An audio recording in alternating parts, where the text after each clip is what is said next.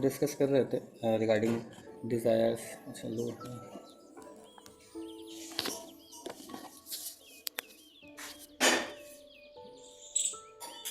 फिर हम लोग रिगार्डिंग डिज़ायर्स बात कर रहे थे और इसके विषय में बात कर रहे थे कि कैसे भागवतम और नाम जप ये दो चीज़ बहुत महत्वपूर्ण है और यही हमारे अंदर जो और फिर इस भौतिक जगत को हम लोग बात डिस्कस कर रहे थे कि इस भौतिक जगत को कैसे लस्ट मतलब सेंस ग्रेटिफिकेशन की बेरियों से बांधा गया है। और ये इतने सुंदर बेरियाँ हैं कि अगर गलती से भी खुल जाती है तो हम खुद ही अपने आप को बांध देते हैं कि बंध जाएं हम वापस से, है ना।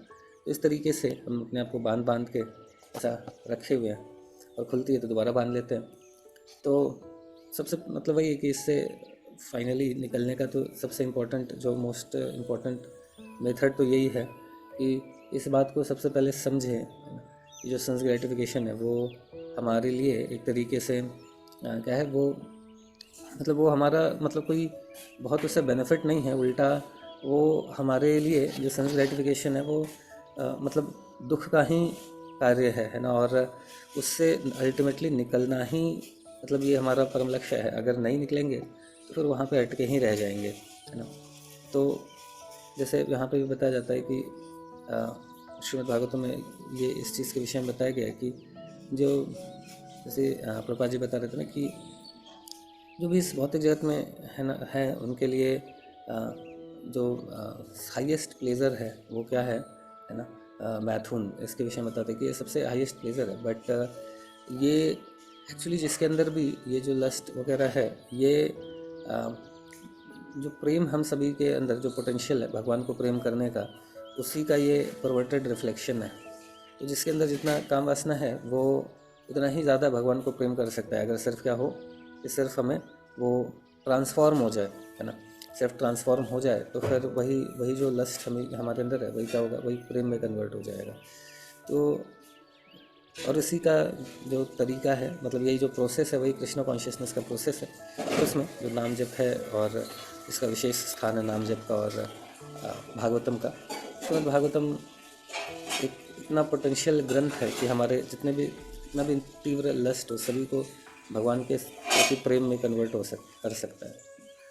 तो आध्यात्मिक जगत में जो प्रेम है वही भौतिक जगत में उसी का परवर्टेड रिफ्लेक्शन लस्ट है, काम है। ये सारी इंपॉर्टेंट चीज़ें थी जो हम लोग डिस्कस कर रहे थे कल। तो और अभी पढ़ते हैं आज थोड़ा सा। ऐसे अगर किसी का इससे रिलेटेड जो भी 2 दिन हमने डिस्कस करा था क्वेश्चन आंसर, उस समय तो हम लोग नहीं ले पा रहे थे। तो अगर किसी का कुछ प्रश्न है तो प्रश्न पूछ सकते हैं।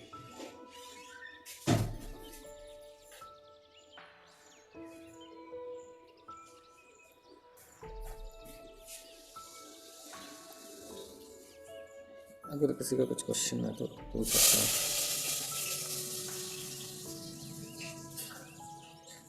हरे कृष्णा। अगर किसी का कुछ प्रश्न है तो जो अभी 2 दिन से हम लोग डिस्कस कर रहे थे तो बता सकते हैं। ऐसे एक चीज़ प्रभु जी अभी इसके सिद्धांत चैतन्य प्रभु बताए थे वृंदावन में, तो आप में से कुछ लोग तो थे बट कुछ नहीं थे। तो मैं सोच रहा था वो भी चीज़ें को शेयर करूँ आप लोगों के साथ, मुझे बहुत इम्पोर्टेंट लगा था। तो वही चीज़ मैं सोच रहा था कि शेयर करता हूँ। जो नहीं थे उनको थोड़ा बेनिफिट मिल जाएगा और जो थे वो तो उनका रिवीजन हो जाएगा। तो एक जैसे इनका बता रहे थे कि भगवान को, है ना, भगवान को प्राप्त करने के लिए जैसे गोपियाँ भी है ना, ब्राह्मण पत्नियाँ जो भगवान को प्राप्त करने के लिए गई, अपना जो भी घर बार वगैरह सब कुछ छोड़ के गई, तो उस स्थिति में वहाँ पे जाती हैं तो फिर जाके फिर अपना भगवान मतलब घर वगैरह सब रोक रहे होते हैं कि नहीं नहीं आपको जाने की अभी क्या आवश्यकता है, ऐसा नहीं जाओ, है ना। बट फिर भी वो जाती हैं अपनी सारी आसक्तियों को त्याग के घर के प्रति, अपने सगी संबंधियों के प्रति, और फिर वहाँ जाते हैं, है ना। तो ये वहाँ जाने के लिए क्या है कि अपना सब कुछ त्यागती हैं एक तरीके से। और ये वैराग्य बहुत आवश्यक है ना, तभी तो वो वैराग्य जब तक डेवलप नहीं होगा तब तक कैसे हम भगवान को छोड़ेंगे, है ना। मतलब भगवान के लिए हम बाकी चीज़ों से कैसे वैराग्य उत्पन्न कर सकेंगे, है ना। बहुत ध्यान से समझिएगा इसको पूरा, जो प्रभु जी ने बताया था फिर मैं उस पर मनन कर रहा था, तो वही मैं सोच रहा था कि शेयर करूँ। तो क्या है कि अगर जब तक हमारा वैराग्य उत्पन्न नहीं होगा तब तक गोपियाँ जैसे वो ब्राह्मण पत्नियाँ छोड़ी अपना सारा वैराग्य के कारण चीज़ों को छोड़ के अंदर भगवान के पास गई, तो वैराग्य उत्पन्न होना बहुत ज़रूरी है। अब ये वैराग्य उत्पन्न कब उनके हृदय में हुआ, है ना? तो उनके हृदय में ये वैराग्य तब उत्पन्न हुआ जब उन्होंने क्या करा, सुना किसको, भगवान के बांसुरी को सुना। तो भगवान की बांसुरी को सुना तो उनके हृदय में फिर वैराग्य उत्पन्न हुआ, और वैराग्य उत्पन्न हुआ तो फिर फाइनली वो भगवान को गए के पास गए। तो वही प्रभु जी बता रहे थे कि हमारे हृदय में भी उसी तरीके से वैराग्य उत्पन्न होना चाहिए, और जो हरे कृष्णा महामंत्र है वो भी भगवान के बांसुरी की ध्वनि ही है ना? तो हम भी जब हरे कृष्णा महामंत्र को ध्यानपूर्वक सुनेंगे तो फिर हमारे अंदर भी डेफिनेटली क्या होगा, इस भौतिक जगत के प्रति वैराग्य उत्पन्न होगा, और जब वैराग्य उत्पन्न होगा तो फिर क्या होगा कि हम भी फिर भगवान को अप्रोच कर पाएंगे, भगवान को प्राप्त कर पाएंगे। अभी ये चीज़ जब मैं मतलब इस पर थोड़ा सा मेडिटेट कर रहा था, तो कई बार ये जो वैराग्य नॉर्मली हम लोग सोचते हैं तो सोचते हैं कि हाँ वैराग्य, जैसे ऐसा सुनते तो लगता है अच्छा घर के प्रति वैराग्य होना चाहिए, या भौतिक जगत के प्रति, जॉब के प्रति, अनेकों चीज़ों के प्रति होना चाहिए। लेकिन देखिए वैराग्य किन चीज़ों के प्रति होना चाहिए, जो हमारे आध्यात्मिक प्रगति में बाधा है ना? उन्हीं के प्रति तो वैराग्य होना चाहिए। तो देखा जाए तो हमारे लिए अभी जो गोपियों का, जो ब्राह्मण पत्नी था, उनका क्या था कि अपना सारा मतलब बाकी सारे अनर्थाओं जो भी अटैचमेंट वगैरह था सबको ओवरकम कर लिए थे। फाइनली भगवान के पास जाने के लिए कुछ चीज़ें थी कि अभी जाना है बोल के वो चले गए, बट हमारे जाने, भगवान को प्राप्त करने के लिए हमें तो बहुत कुछ और छोड़ने की आवश्यकता नहीं है, बट हमारा जो कुछ न कुछ अटैचमेंट्स वो वास्तव में बाकी चीज़ों से नहीं है। सबसे बड़ा अटैचमेंट तो हमारा, सब किसी का कुछ अलग अलग हो सकता है, किसी का अटैचमेंट उसके सेल्फ ऑब्सेशन से हो, खुद से अटैचमेंट हो, किसी का अटैचमेंट लोभ से हो सकता है ना? किसी का फॉल्ट फाइंडिंग वगैरह से अटैचमेंट हो सकता है। तो प्रैक्टिकली बहुत महत्वपूर्ण है कि हम अपने अटैचमेंट को फाइंड आउट करें, है ना, जो हमारे आध्यात्मिक प्रगति में बाधा है। ये आइडेंटिफिकेशन का जो प्रोसेस है वो मुझे लगता है, मैं वही सोच रहा था, मुझे लगता है कि सबसे टफ जो है वो मतलब आइडेंटिफाई करना ही है कि वास्तव में मुझे मेरे आध्यात्मिक प्रगति में क्या रोक रहा है। क्योंकि हमें सच में पता ही नहीं चलता है कि हमारी प्रॉब्लम है कहाँ पे वो अटैचमेंट जो है, जो कि हमारे आध्यात्मिक प्रगति में बाधा है। ये कई हो सकता है हमारा अटैचमेंट सेल्फ रिस्पेक्ट से हो, मतलब कहीं ना कहीं किसी का अटैचमेंट कंट्रोलरशिप से हो। तो मोस्टली जो हम अपने भक्ति में स्ट्रगल कर रहे हैं भगवान को प्राप्त करने में, तो देखा जाए तो बहुत कोई ऐसा, मतलब हमें जिन अटैचमेंट्स को त्यागना है उसको त्यागने में कोई और बाधा नहीं है। मतलब हम ही आइडेंटिफाई नहीं कर पा रहे हैं कि वास्तव में हमारे आध्यात्मिक प्रगति में कौन सा अटैचमेंट बाधा बन रहा है। हम कई बार ब्लेम तो कर देते हैं, है ना, हम भी अपने घर वालों को, परिवार वालों को, इसको उसको ऐसा करके, लेकिन समस्या वास्तव में नहीं है। मैं मतलब खुद को भी देखता हूँ, बाकी डिवोटीज अभी जिनसे भी है, तो अभी मतलब मुझे हार्डली कोई एक आध डिवोटी कोई ऐसे मिले हो जिनको सच में प्रॉब्लम एक्सटर्नल है ना। मतलब अभी तक मुझे तो हार्डली, क्योंकि एक्सटर्नल भगवान प्रॉब्लम ज़्यादा रहने नहीं देते हैं, भगवान तुरंत हेल्प कर देते हैं, बट प्रॉब्लम, सबसे बड़ी बात है कि प्रॉब्लम तो हमारे एटीट्यूड की है ना। और हमें कई बार सच में पता ही नहीं चल पाता है कि हमारी प्रॉब्लम क्या है, कहाँ पे हमारा अटैचमेंट है। तो ये अटैचमेंट, इसको फाइंड आउट करना बहुत आवश्यक है। जैसे हमारा ये जो लस्ट है, काम है, वो प्रेम में कन्वर्ट करने के लिए सबसे पहले तो ये समझना होगा, है ना, कि हमारा वास्तव में लस्ट, जो काम वासना है, वो क्या है, कहाँ पे है वो। सिर्फ ऐसा ज़रूरी नहीं है कि वो काम वासना का मतलब सिर्फ मैथुन जीवन ही है, बाकी भी बहुत सारे है हमारे जो अटैचमेंट है ना, भगवान के अलावा किसी और से अटैचमेंट, और उस अटैचमेंट से प्रेरित होकर कोई भी कार्य कर रहे हैं तो वो मैनिफेस्टेशन उस लस्ट का ही तो है।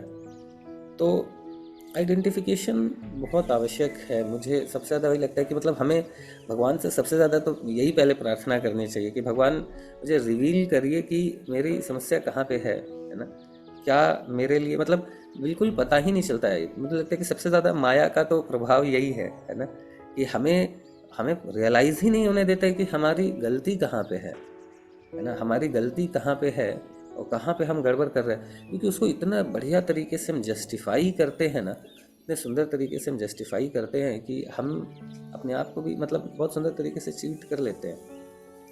तो ये आइडेंटिफिकेशन बहुत इम्पोर्टेंट है, और इस आइडेंटिफिकेशन के लिए भी डेफिनेटली हमारा जो ऑनेस्टली शास्त्रों को अगर हम पढ़ेंगे ना, तभी ये वो लाइट आएगा। एक तो या तो भगवान हमें जब हम सेवाएं करते हैं तो भी भगवान थोड़ा सा लाइट देते हैं, और दूसरा तरीका है, एक तो या तो पढ़े, दूसरा नाम जप है, नाम जप से भी होगा है ना, उससे भगवान रिवील करते हैं। और शास्त्रों का अध्ययन भी बहुत इम्पोर्टेंट है, क्योंकि शास्त्रों के अध्ययन को अगर हम लोग सच में अगर हम लोग जेन्युइनली और ऑनेस्टली पढ़ेंगे तो फिर हमें समझ में आएगा कि कहाँ पे हम गड़बड़ कर रहे हैं, है ना, कहाँ पे जैसे इस परिस्थिति में हमारे आचार्य या भागवतम में बेसिकली यही है ना, कि कैसे किस परिस्थिति में किस डिवोटी ने क्या कार्य किया था, कैसे एक्ट किया, कैसे सोचा।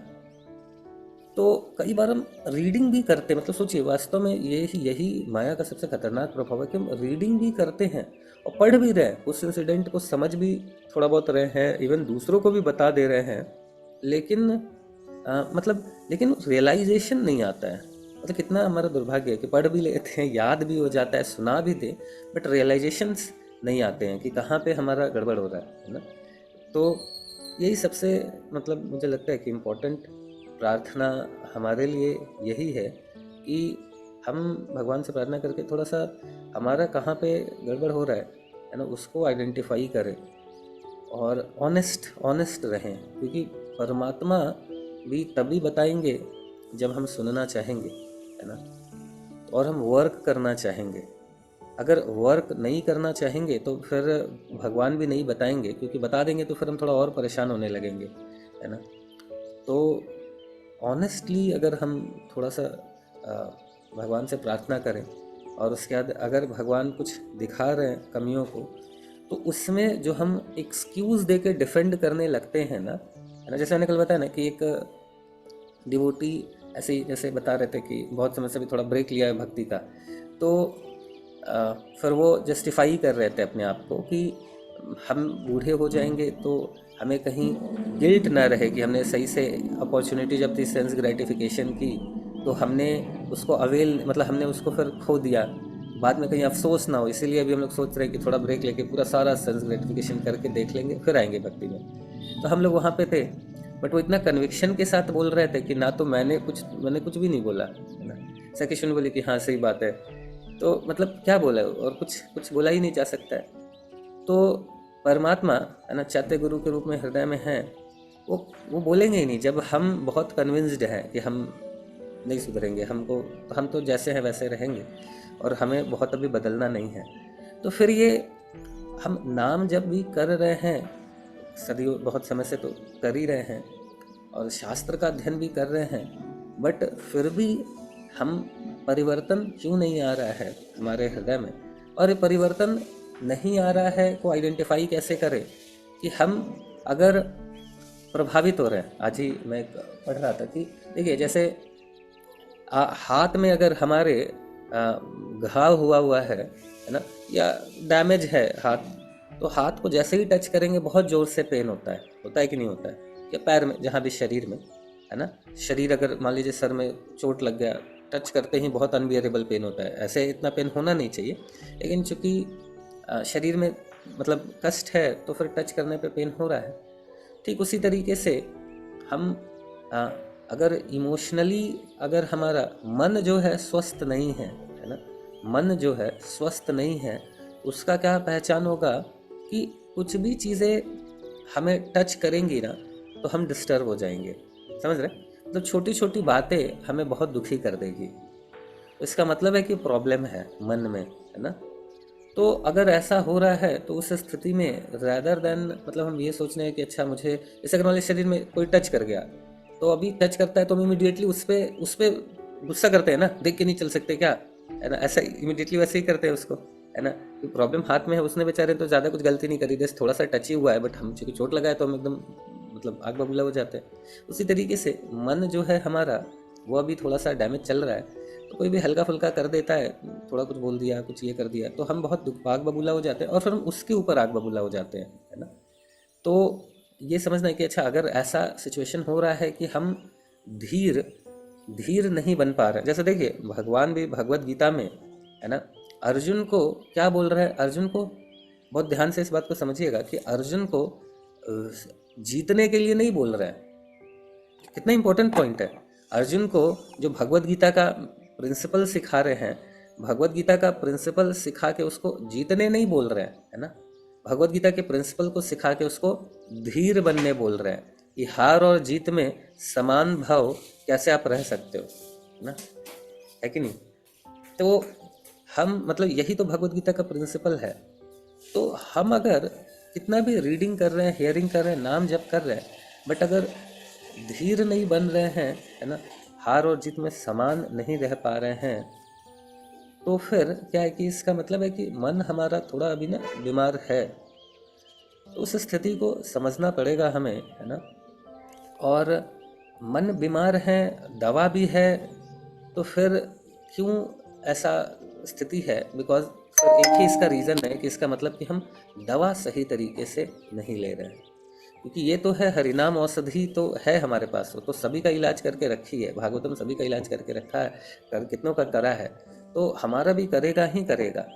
बट हम अगर प्रभावित हो रहे हैं, है ना, इट मीन्स अगर हम धीर अभी नहीं हैं, नहीं बन पा रहे हैं, तो मतलब है कि हम दवा सही तरीके से नहीं ले रहे हैं। दवा सही तरीके से लेने का वही है कि जैसे नाम जब हम करते हैं ना, तो हम आज किन चीज़ों से अफेक्ट हुए, क्योंकि देखिए हम 3 गुणों के प्रभाव में हैं। किसी दिन हो सकता है कि कंट्रोलरशिप हम पे आज डोमिनेट करे, किसी दिन हमारे ऊपर काम वासना, किसी के अंदर, किसी दिन हमारे अंदर अलग अलग चीज़ें, किसी दिन एंगर हमारे ऊपर डोमिनेट करे। तो हम जैसे ही आइडेंटिफाई कर ले हमारे समस्याओं को, अगले दिन हम नाम जप करें ना, तो फिर भगवान से और हमारे आचार्यों से प्रार्थना कर सकते हैं। ये अच्छा है, ये उल्टा हमारे जप को और इम्प्रूव करेगा, है ना। क्योंकि जब हम अपने आइडेंटिफाई करने के बाद देन भगवान से जब नाम जप करें प्रार्थना पूर्वक कि प्लीज़ मेरे ऊपर कृपा करिए, है ना, ये जो नेगेटिव इमोशन है उसके कारण मैं परेशान हो रहा हूँ, दुखी हो रहा हूँ, या जो भी है, तो प्लीज़ मुझे इससे बाहर निकालिए। ऐसा करके हम अगर हृदय से नाम जप करें, और दूसरा कि हम शास्त्रों को फिर जब अध्ययन करें तो उसमें सीख करें, है ना, सिर्फ फॉर्मेलिटी के लिए नहीं पढ़े। हम जिन चीज़ों से प्रभावित हो रहे हैं, है ना, जो हमारे अनर्थाएं हम आइडेंटिफाई कर पा रहे हैं, तो उससे डील करने का जो तरीका है उसको भी हम फिर फाइंड आउट करें उसमें, है ना, अध्ययन जब हम कर रहे हैं तो ये हमारा होना चाहिए, रैदर दैन जस्ट खाना पूर्ति करने का अध्ययन करें या फिर किसी को बताने के लिए अध्ययन करें। हमें डीप डाइविंग करना होगा स्क्रिप्चर्स में, है ना, और डीप डाइविंग करना होगा कि जो समस्याएं हम प्रभावित हो रहे हैं, इसका मतलब कि जो कुछ अभी मन सही जगह भी मतलब सही तरीके से अभी स्वस्थ हुआ नहीं है, तो फिर उन चीज़ों को समझे, है ना। ये सारी चीज़ें बहुत महत्वपूर्ण है, तो ही हम तीव्रता के साथ ठीक हो पाएंगे। नहीं तो क्या है कि दवा भी ले रहे हैं बट फिर भी बहुत परिवर्तन नहीं आता है। ठीक है, तो मतलब ये था, ये कुछ चीज़ों पे मैं थोड़ा सा मनन कर रहा था कल से, उसी पॉइंट पे। उसके बाद फिर ये जो धीर वाली बात है, और या फिर ये वाली बात कि कैसे जैसे हमारा शरीर टच करने पे अगर डैमेज है तो तुरंत पेन होता है, सामने वाला व्यक्ति टच भी कर दे तो उसकी कोई गलती नहीं। उसी तरीके से हमारा मन बीमार है बोल के कुछ थोड़ा बहुत भी बोल देता है तो हम बहुत हर्ट हो जाते हैं। तो प्रॉब्लम है कि मन बीमार है ना। तो मन को आइडेंटिफाई करें कि बीमार है और क्या बीमारी अभी बढ़ी हुई है, उस बीमारी को आइडेंटिफाई करें, फिर अगले दिन नाम जप में प्रार्थना पूर्वक नाम जप करें, उस बीमारी से भगवान को प्रे करें कि निकाले। और दूसरा, जब हम शास्त्रों का अध्ययन करें तो भी फिर हम उनको लेके चले, है ना, कि मतलब शास्त्रों का अध्ययन करें तो उस अनर्थाओं का सॉल्यूशंस निकालने का प्रयास करें। कई बार होता है ऐसा कि हमें वो आंसर्स मिलते हैं। इस तरीके से हमारा जो नाम जप है वो, और दूसरा हमारा अध्ययन, है ना, ये दोनों का लक्ष्य हमारे अनर्थाओं से बाहर निकलना होना चाहिए, है ना। ये लक्ष्य के साथ हम नाम जप भी करेंगे और भागवतम भी अध्ययन करें, हमारी बीमारियों से निकलना, तो फिर वो वास्तव में हेल्प मिलेगा। नहीं तो लगता है कि कर तो रहे हैं, कुछ फल नहीं मिल रहा है, कुछ असर नहीं पड़ रहा है। लेकिन हम प्रेफुल चैंटिंग करेंगे और शास्त्रों का अध्ययन बिल्कुल इनके साथ करें ना, तो बट समस्या ये है कि बाकी लोगों की चीज़ें इतना दिमाग में घूमती रहती हैं कि हम अपने चीज़ों पे फोकस नहीं कर पाते हैं। लेकिन प्रॉब्लम हमारे अंदर ज़्यादा है। ठीक है, खैर, तो आगे का रीडिंग कल करते हैं। तो ये बस एक पॉइंट था जो मैं सोच रहा था कि शेयर करूँ। ठीक है, और आज चंदन प्रभु जी का बर्थडे है और गौरव अग्रवाल प्रभु अश्वेता माता जी की एनिवर्सरी है। तो उनके लिए हम लोग एक बार हरे कृष्ण महामंत्र बोल के प्रार्थना करेंगे। हरे कृष्णा कृष्ण कृष्ण हरे हरे, हरे राम राम राम हरे हरे। हरे नाम प्रभु की जय, कृष्ण प्रभात की जय, अनंत कोटि वैष्णव की जय, विदय गौर प्रेमानंद हरे हरे। Hare Krishna, कृष्ण कृष्ण हरे हरे, हरे राम